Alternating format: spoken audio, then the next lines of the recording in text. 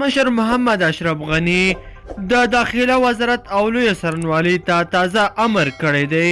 دا چې تازه امر کې څه ویل شوي دي مطلب را سره تر پایه پورې وګورئ.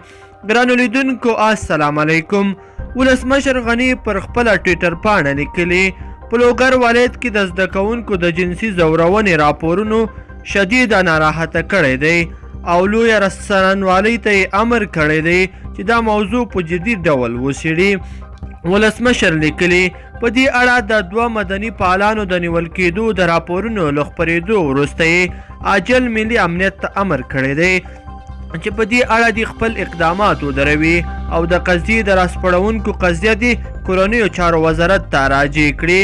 دا په داسې حال کې ده چې د ملي امنیت له لوري د لوګر د بچه‌بازۍ د راپور کې د ښکېلو فعالانو موسی محمدي او احسان الله حمیدي د نیول کېدو راپورونه ګرم دي.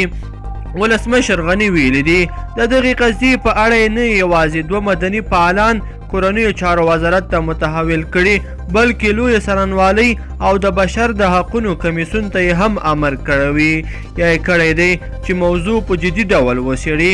ولسمشر ویلي د پوهنې وزارت ته هم امر کړی دی چې په هغو سیمو کې د خپل یو سرتاسري راپور چمتو کړي چې پکې د ماشومانو د جنسي ځورونې تورونه دي.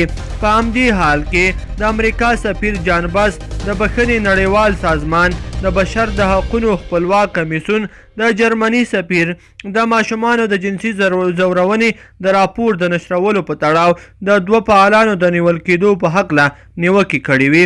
د یادونې وړ ده چې اونۍ وړاندې د ګارډین ورځپاڼې لخوا داسې راپور نشر شو چې پکې ویل شوي وو په لوګر ولایت کې له 500 زیات د ښوونځي ماشومان د استادانو او مدیرانو لخوا د جنسي تیري او ځورونې ښکار شوي دي چې د ویډیو ګانو په نشرېدو یې ګڼ ماشومان هم وژل شوي دي.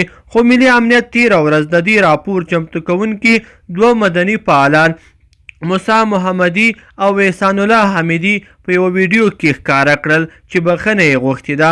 ملي امنیت ویلي دغو دواړو کسانو غوښتل چې د دې راپور په نشرولو سره په خارج کې د پناه غوښتنه وکړي او منظور شي. ګرانو لیدونکو په دې هیله چې دغه ویډیو مو خوښه شوې وي که مو خوښه شوې وي نو در سره لایک کړئ او نورو دوستانو سره هم شریکه کړئ. مننه.